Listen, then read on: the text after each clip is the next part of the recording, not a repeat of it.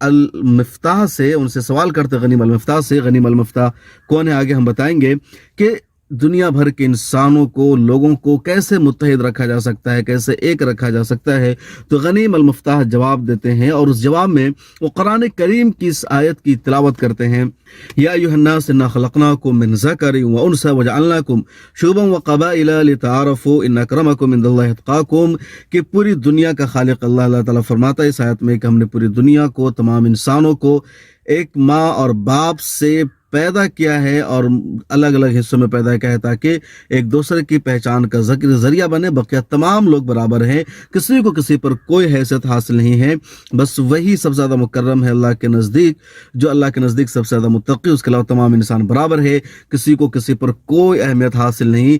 کہا جاتا ہے کہ جو ورلڈ کپ ہوتا ہے اس میں مختلف زبان تہذیب کے لوگ اکٹھے ہو جاتے ہیں اور ایسے موقع پر یہ آیت پڑھی گئی اور میسج دیا تو سب سے بڑی بات ہے. اور یہ جو غنیم المفتاح ہے یہ ایک معذور ہے. ان کا جب انہوں نے پڑھائی شروع کی تو ان کو داخلہ نہیں دیا گیا, لیکن آخر میں ان کو داخلہ ملا اور اب یہ کامیاب بزنس مین بھی ہیں اور اتنے بڑے اسکالر بن چکے ہیں.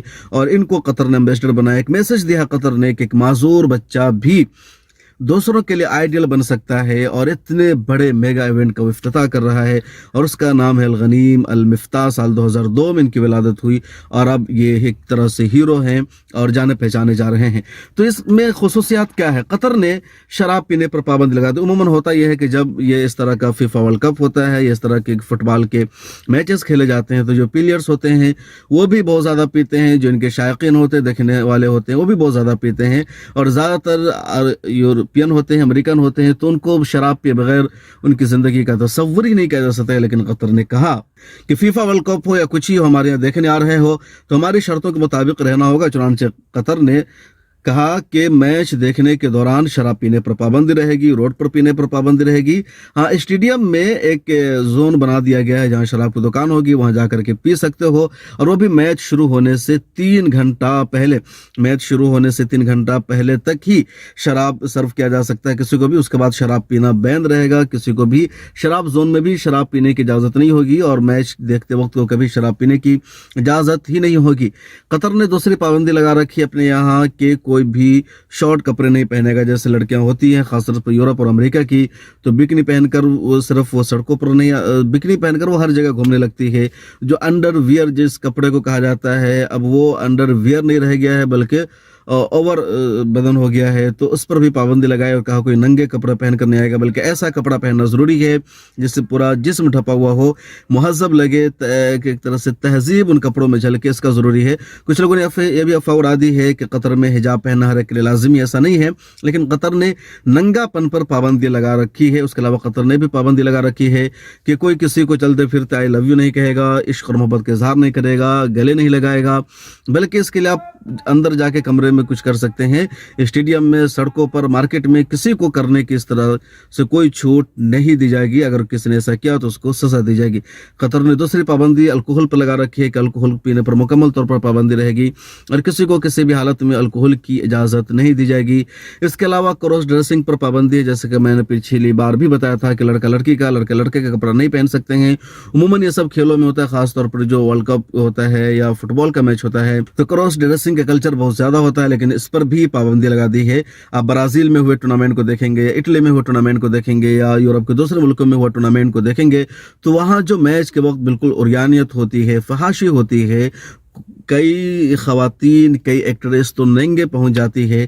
قطر نے کہا کہ ہمارے اس دیش میں ایسا کچھ نہیں ہوگا اور ہم جنس پرستی پر سب سے زیادہ اور پہلے سے پابندی ہے قطر میں, اور تمام دباؤ کے باوجود قطر نے کہا کہ ہم جنس پرستی بین ہے تو بین ہے, ایسا کرنے والوں کو سزا دی جائے گی اور ہمارے ملک, ہمارے قانون کے کلچر کا سبھی کو احترام کرنا پڑے گا.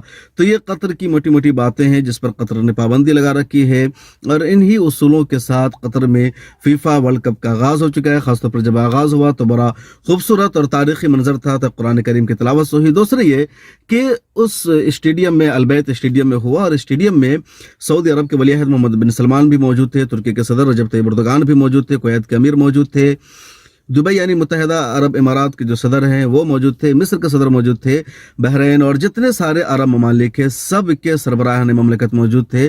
اور اس لیے بھی کہ ایک تاریخی موقع صرف قطر کے لیے نہیں پوری عرب دنیا کے لیے ہے. کہا جاتا ہے کہ فیفا ورلڈ کپ کا انعقاد کرانا بہت مشکل بڑا فیصلہ ہوتا ہے, اس کا انتظام کرنا بہت ٹف ہوتا ہے, اور یہی وجہ ہے کہ اب تک جو 21 ٹورنامنٹ ہوئے ہیں فیفا ورلڈ کپ کے, ان میں سے 21 میں سے 11 یورپ میں ہوئے ہیں, اس کے علاوہ کچھ امریکہ میں ہوئے ہیں, ایک دو کینیڈا میں ہوئے ہیں, یا پھر ایک مرتبہ صرف افریقہ میں ہوا ہے, عرب ملکوں میں کبھی نہیں ہوا تھا, اور ایک مرتبہ ایشیا میں ہوا. تو ایشیا میں بھی جاپان اور ساؤتھ کوریا نے مل کر کے مشترکہ طور پر اس کی میزبانی کی تھی. تو کہہ لیجیے پورے ایشیا میں دوسری مرتبہ ہو رہا ہے, اور قطر ایک پہلا, اور عرب دنیا میں پہلی مرتبہ ہو رہا ہے.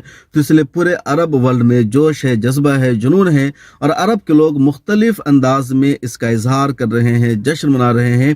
اور اسی وجہ سے قطر کے جو موجودہ امیر ہے احمد بن تمیم, انہوں نے تمام عرب ممالک کے حکمرانوں کو متحد کیا, اور اپنے خطاب کا انہوں نے آغاز کیا تو صرف قطر نہیں کہا بلکہ کہا من القطر و من العرب, کہ ہم قطر کی جانب سے اور پورے عرب دنیا کی جانب سے ہم اس اسٹیڈیم میں آنے والے, اس کھیل کو دیکھنے والے تمام لوگوں کو خوش آمدید کہتے ہیں. تو ایک طرح سے انہوں نے میزبان کی کیٹیگری میں صرف قطر کو نہیں رکھا بلکہ پوری عرب دنیا کو شامل کیا کہ یہ عرب میں میچ ہو رہا ہے, اور اس لیے عربوں میں بہت زیادہ خوشی ہے, اور ایک بہترین میسج دیا ہے قطر کے موجودہ امیر نے, اور اسی وجہ سے چرچا ہو رہی ہے. تو بہرحال یہ پورا لمحہ ہے اور قابل فخر ہے کہ قطر نے اصولوں سے سمجھوتا نہیں کیا ہے, پوری دنیا کی آنکھوں میں آنکھیں ڈال کر بات کی ہے.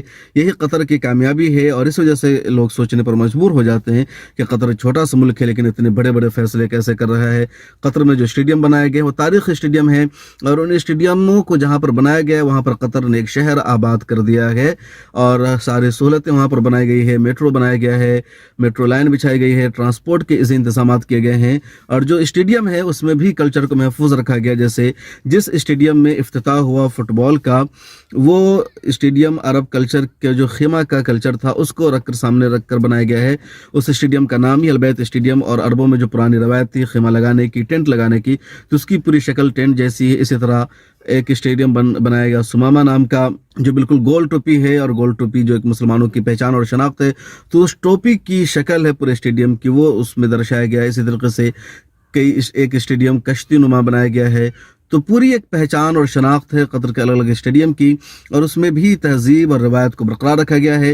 اور سب سے اچھا جملہ جو مجھے قطر کے جو کھیل کے ذمہ دار ہے خالد سعود, ان کا لگا, ان کا نام ہے خالد, انہوں نے کہا کہ 28 دن کے کھیل کے لیے ہم اپنے کلچر, اپنی تہذیب اور اپنی ثقافت سے سمجھوتا نہیں کر سکتے ہیں. قطر کے قانون کے دائرے میں رہتے ہوئے ہی یہ سارا کھیل ہوگا اور لوگوں کو کھیلنا ہوگا, اور وہی ہو رہا ہے. دوسری طرف فیفا کے جو موجودہ سربراہ ہیں انہوں نے بھی یورپین ممالک کو زبردست پھٹکار لگائی اور کہا ہے جن ملکوں نے 3,000 سال تک انسانوں کا استحصال کیا, انسانوں کو نوکر اور مزدور بنا کر رکھا ہے, وہ آج قطر پر انگلی اٹھا رہے. انہیں شرم آنا چاہیے. ان کے ازالے کا تو مسئلہ یہ ہے کہ پہلے یورپ کے تمام ممالک کو 3,000 سالوں تک معافی مانگنی چاہیے, تب شاید ان کی معافی قابل قبول ہوگی. قطر تو ہیومن رائٹس کا علمبردار ہے, وہ ان غریب مزدوروں کو اپنے یہاں ملازمت دیتا ہے جن کو کہیں ملازمت نہیں ملتی ہے, اس لیے قطر پر اس طرح کا الزام لگانا سراسر غلط ہے. آپ اس پورے ایونٹ کے بارے میں, قطر کے بارے میں کیا سوچتے ہیں, کمنٹ سیکشن میں ضرور لکھے گا. پھر ملاقات ہوگی اگلی ویڈیو میں. اللہ حافظ. ملت ٹائمز کو آپ کی ضرورت ہے, ہماری آپ مالی مدد کریں.